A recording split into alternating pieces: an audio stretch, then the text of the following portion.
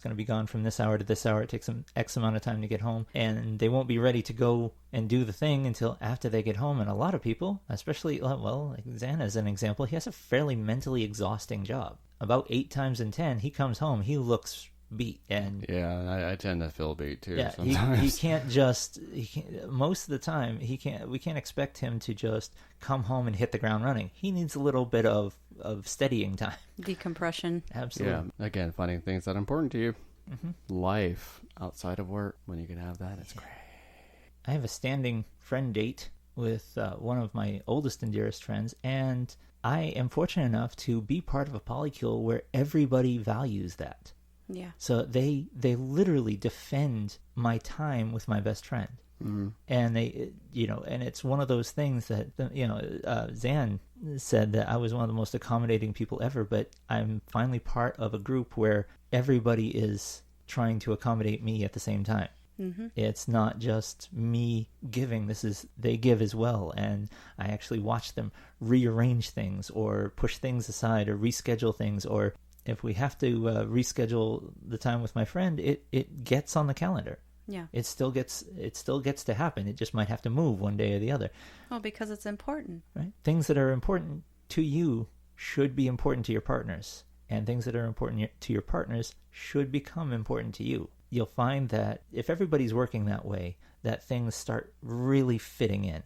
And yeah, a busy life can be exhausting, or it can be the most amazing life fulfilling that you've had. Yeah, definitely rewarding. To go into bed and realize how much you've accomplished that day, and how many times did you get to fall out laughing? How many times how many hugs did you get? We've got all these people in our family, and our younglings are very physically affectionate. We're all huggers. Yeah. You just get an endless supply of hugs, and you fall into bed at night, and yeah, you're tired, but wow, what a day it was. And you did all of these things. You got all of this stuff in and done. Or because your partners were out doing something that was fulfilling to them and you accommodated for that time, you had time to just be and breathe, or work on something that is fun or fuel or important to you. And you had time because you were flexible, because you fit it in where it could, and because you all worked together to make your life happen. I think that's the key, is working together, being understanding of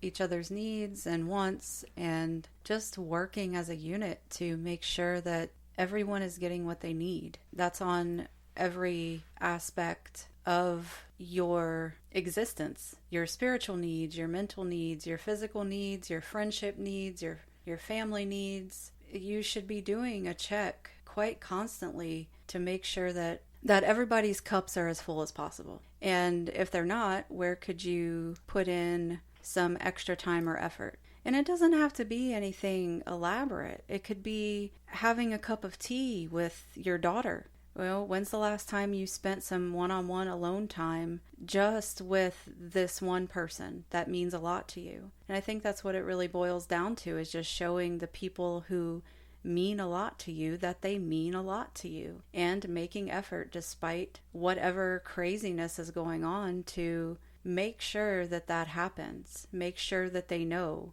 If you're thinking about them in the middle of the day, send them a text. The little things go a long way. We send memes to each other throughout the day. Our kids send us memes, and that's super awesome to me, because it means at that moment they were thinking about me. Yeah, and sharing a laughter or sharing something cute. Like if your partner's having a rough day, send something cute to them or something funny just to make them smile. And I've done the thing where I've told the kids, hey, your dads are having a rough day today. Could you maybe send them something to make them laugh? Or maybe send them some extra hugs or something. And they're like, oh, okay. They love that. Everybody is fulfilled in those ways. And it just took 10 seconds for a little bit of effort. So it doesn't have to be anything that's some other kind of country escape, like you're going to England or whatever. Although that is nice. Oh, sure. That would be amazing. I'm just saying, dropping that out there. No, Iceland or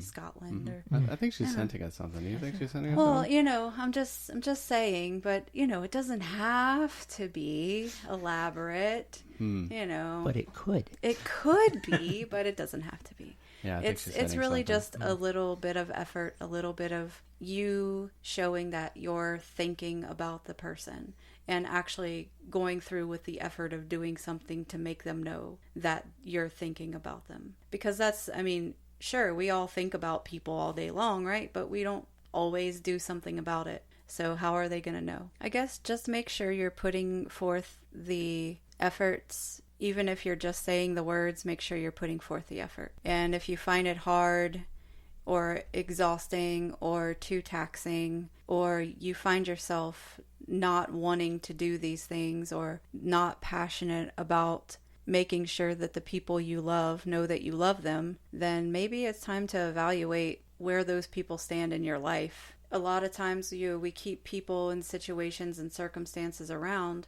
Sometimes we can't give them everything that they claim that they want and need. There are times where you have to evaluate that. Are you what they need? Because we can't always provide the things that they need. And essentially, they should be responsible for providing their own needs.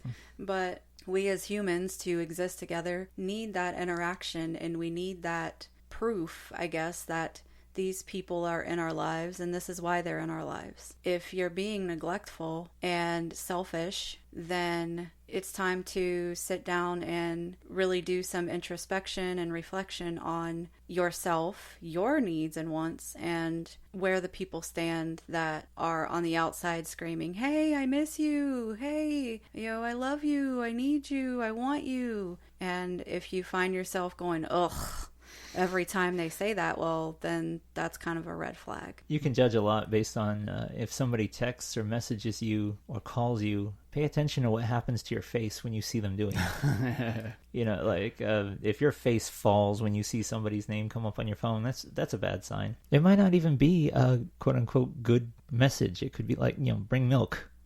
Okay. But the fact that they sent you a message. Right. If your face lights up anyway, bring milk. Absolutely. They walk in the door. Yeah.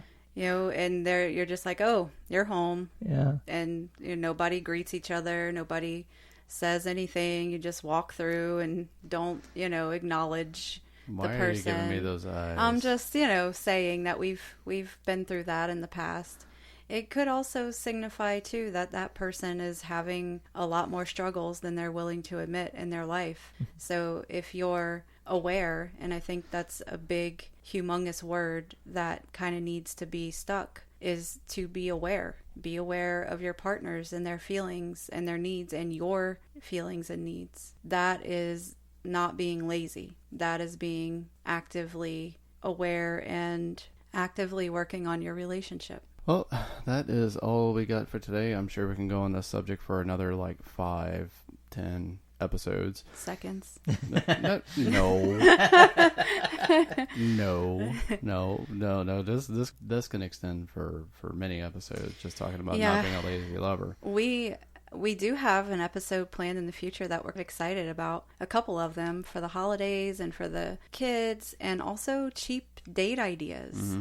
Having a big family and, the limited budget, it gets kind of tight sometimes. So you have to get creative with your gift ideas and your date ideas. Money is a thing that exists. Thrifty. Yeah, yes. Thriftiness. There is no shame in our thrifting game. I have not been able to find that money tree that everybody talks about. So if somebody could let us know where or how do you grow it, that'd be good. Anyway, so, we really thank you for joining us for this episode of Polysaturated, Not for the Lazy Lover. Hopefully we gave you some, pointers, tips, tricks, all that fun stuff.